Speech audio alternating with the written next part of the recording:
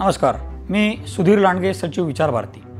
विचार भारती आयोजित जनसंवाद या मोहिमेमध्ये आपला सर्वांचं स्वागत करत असताना ही जनसंवाद ही मोहीम कशासाठी राबवली याविषयी मी आपल्याला थोडक्यात सांगतो.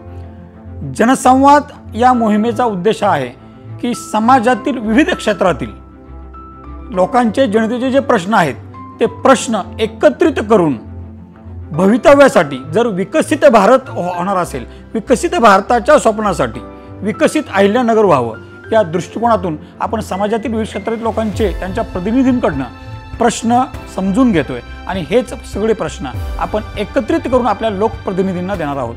त्या लोकप्रतिनिधींच्या वचननाम्यामध्ये, या जाहीरनाम्यामध्ये या प्रश्नांचा उल्लेख व्हावा.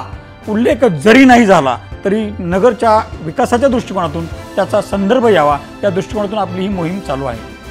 ही मोहीम लोकांचे प्रश्न समजून घेत असतानाच मी समाजाला हे पण अपील करू इच्छितो की आपल्या एक मतदानामुळे बराच काही फरक पडणार आहे.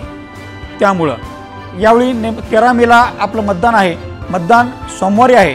शनिवार, रविवार, सोमवार जोडून आल्यामुळं बरेचसे लोक हा विचार करतात की मी एकट्याने मतदान नाही केलं तर काय फरक पडतो. पण मित्र हो, बंधू हो, समाजातील सर्वांना मी एक विनंती करतो की आपल्याला सर्वांना मतदान करायचं आहे, आपला मतदानाचा हक्क बजावायचा आहे. कारण आपल्या सर्वांना विकसित भारताच्या स्वप्नाबरोबर विकसित नगर शहर पाहायचं आहे आणि त्यासाठी आपण प्रत्येकाने मतदान करावं.